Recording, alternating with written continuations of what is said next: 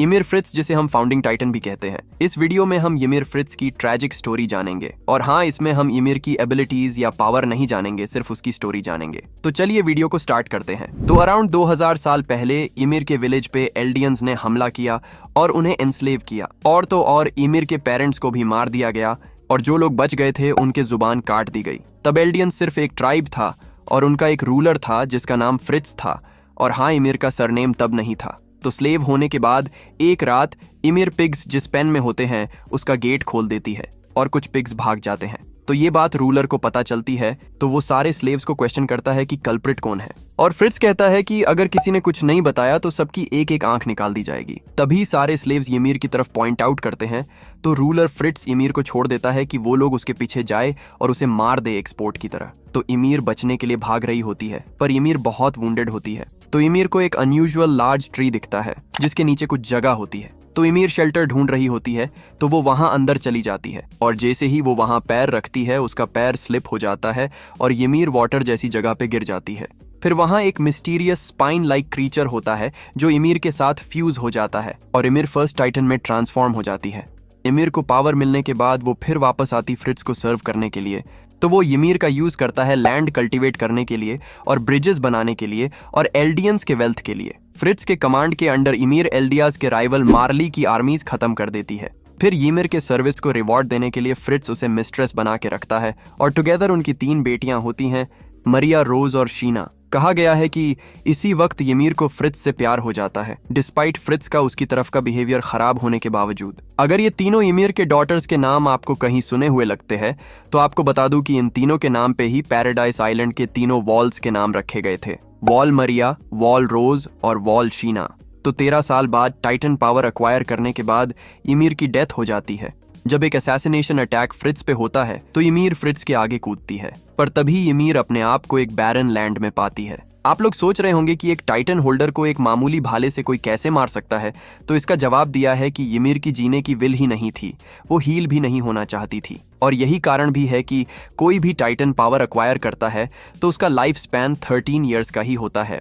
फिर king Fritz titans की powers preserve करने के लिए अपने डॉटर्स को ईमिर का कॉर्प्स खाने को फोर्स करता है और किंग फ्रिट्ज डॉटर्स को कमांड देता है कि कंटिन्यूअसली रिप्रोड्यूस करो और डेथ के बाद अपने स्पाइन अपने चिल्ड्रंस को खाने दो, जिससे ईमिर का ब्लड मरेगा नहीं और एल्डिया वहां फॉरएवर रूल करेगा। तो बाद में ये रिचुअल सालों साल चलती रही, जिन्हें बाद में सब्जेक्ट्स ऑफ ईमिर कहा गया। और ईमिर की पावर 9 टाइटन्स में डिवाइड हो गई और ईमिर बैरन लैंड में किंग फ्रिट्ज की कमांड को फॉलो करती रही और अपने डिसेंडेंट्स को सर्व करती रही और उनके लिए टाइटन्स बनाती रही जब भी उन्होंने टाइटन पावर को इन्वोक किया। ईमिर जिस डिजर्टेड लैंड में होती है, पहले वहां कुछ नहीं होता। बाद में मारिया, रोज और शीना ईमिर का कॉर्प्स खाने के बाद वहां 3 पाथ्स क्रिएट हो जाते हैं जो तीनों सिस्टर्स को कनेक्ट करते हैं। बाद में ये स्पाइन खाने की रिचुअल सारे डिसेंडेंट्स में बढ़ती रही, तो वो पाथ इंक्रीज होता गया और आगे जाके बहुत सारे पाथ्स बनते गए और सभी सब्जेक्ट्स ऑफ ईमिर थे। और कहा गया है कि सभी टाइटन शिफ्टर्स के टाइटन्स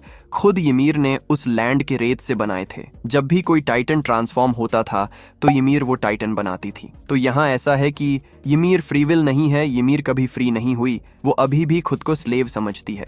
और वो किंग फ्रिट्ज से प्यार करती थी, तो वो अभी भी उस चीज से बाहर नहीं आई थी और किंग फ्रिट्ज के कमांड को फॉलो कर रही थी। जैसा कि आपको पता है, ईमिर को Eldians as a goddess view करते थे और मार्लियंस की ईमिर की तरफ की स्टोरी अलग थी। मार्लियंस समझते थे ईमिर ने डेविल ऑफ ऑल अर्थ से डील की और उन्हें एनस्लेव किया और इसकी वजह से एल्डियंस को सोसाइटी से बाहर निकाल दिया गया। पर वहां बहुत लोग थे जो ये बिलीव करते थे कि ईमिर ने source of all living matter से कांटेक्ट करके ये पावर हासिल की थी। ये बात किसी को पता नहीं थी। ये पता चली सीजन 3 में जब एरन क्रूगर ग्रीशा येगर को ये बताता है। ईमिर की डेविल के साथ डील की स्टोरी फ्रीडा राइस सीजन 3 में बुक के जरिए हिस्टोरिया को बताती है, पर बुक में ईमिर का नाम क्रिस्टा होता है। फ्रीडा हिस्टोरिया को ये भी बताती है ईमिर मतलब बुक की क्रिस्टा काइंड और बहुत अच्छी थी और हिस्टोरिया को उसकी तरह बनना चाहिए। फिर सीजन 3 में ग्रीशा येगर का बेसमेंट मिलने के बाद ये स्टोरी सभी को पता चली कि कैसे वहां ग्रीशा के फादर ने ईमिर की स्टोरी बताई। ग्रीशा ने बताया कि एल्डियन रेस्टोरेशनिस्ट्स ज्वाइन करने के बाद ग्रीशा को पता चला ईमिर के टाइम के अकॉम्प्लिशमेंट्स। तो ग्रीशा चाहता था सभी लोग पैराडाइज आइलैंड जाए जहां 80 इयर्स एगो ईमिर के डिसेंडेंट्स भाग गए थे, वहां जाके फाउंडिंग टाइटन रिट्रीव करे और एल्डिया का राज वापस लाया जाए। एओटी के सीजन 4 पार्ट 1 में जब जीक येगर भाग रहा होता है, तब लिवाई के थंडर स्पीयर से जीक डेथ के वर्ज पे होता है, तब जीक को होश आता है तो वो डिजर्टेड लैंड पे होता है, जहां ymir जीक की डैमेज्ड बॉडी ठीक कर रही होती है। और बाद में शिगानशीना असॉल्ट के दौरान एरन का हेड उड़ जाता है, पर एरन जीक से कांटेक्ट करता है, जिससे एरन और जीक फाउंडर को एक्टिवेट करते हैं उस डिजर्टेड लैंड के पाथ्स में आने से पहले। फिर डिजर्टेड लैंड में एरन ymir को देखता है। जीक बताता है कि वो फाउंडर है और एरन को कहता है हमारे यूथनेशिया प्लान से ही आगे बढ़ो, पर एरन रिफ्यूज करता है और ymir को डिमांड करता है कि ymir उसकी स्ट्रेंथ उसे दे, पर ymir एरन को इग्नोर करती है। तब जीक बताता है कि उसने वॉर रिनाउंस करने की वाव को नलीफाई किया है ymir के जरिए, क्योंकि ymir सिर्फ रॉयल ब्लड की कमांड मानती है जो कि ymir के डिसेंडेंट्स होते हैं। हाँ, यहाँ कार्ल फ्रिट्ज की वॉर रिनाउंस की वाव जीक ब्रेक कर देता है। वाव जीक ने कैसे ब्रेक की वो हम अगले वीडियो में डिस्कस करेंगे। अभी वापस ymir की स्टोरी की तरफ बढ़ते हैं। बाद में ymir एरन को चेन से पकड़ती है। फिर जीक दोनों के फादर की मेमोरीज एरन को दिखाता है। तब जीक को पता चलता है कि ये जो भी ग्रीशा ने रीस फैमिली के अगेंस्ट किया उसे एरन ने ही करवाया था और एरन का गोल इनएविटेबल है। तभी जीक पैनिक में ymir को ऑर्डर देता है कि सब्जेक्ट्स ऑफ ymir को स्टेरिलाइज करे, मतलब ये लास्ट जनरेशन हो एल्डियंस की जो टाइटन्स बने। और ymir पाथ्स की तरफ अप्रोच करती है जीक के ऑर्डर्स पे, और इरीन अपने कुछ ना कुछ करके चेन से फ्री हो जाता है और जीक से पहले ymir के पास पहुंच जाता है। एरन रियलाइज करता है कि ymir की खुद की विल है, तो रादर देन ऑर्डरिंग हर एरन ymir की मदद मांगता है। जीक डेस्परेटली उन्हें रोकने की कोशिश करता है। एरन ymir से पूछता है क्या ymir ने ही उसे कोऑर्डिनेट की तरफ बुलाया जो वो 2000 साल तक उसका इंतजार करती रही। ये सुन के ymir रोने लगती है और वापस शिगानशिना में एरन का हेड उसकी बॉडी से जुड़ जाता है और एरन थोड़ी देर में वॉल्स से कोलोसस टाइटन्स निकालता है और रंबलिंग स्टार्ट करता है और एरन की न्यू टाइटन बॉडी फॉर्म होती है। फिर एरन अपने फ्रेंड्स और सारे लोगों को पाथ्स में लाकर सबको ये प्लान बता देता है।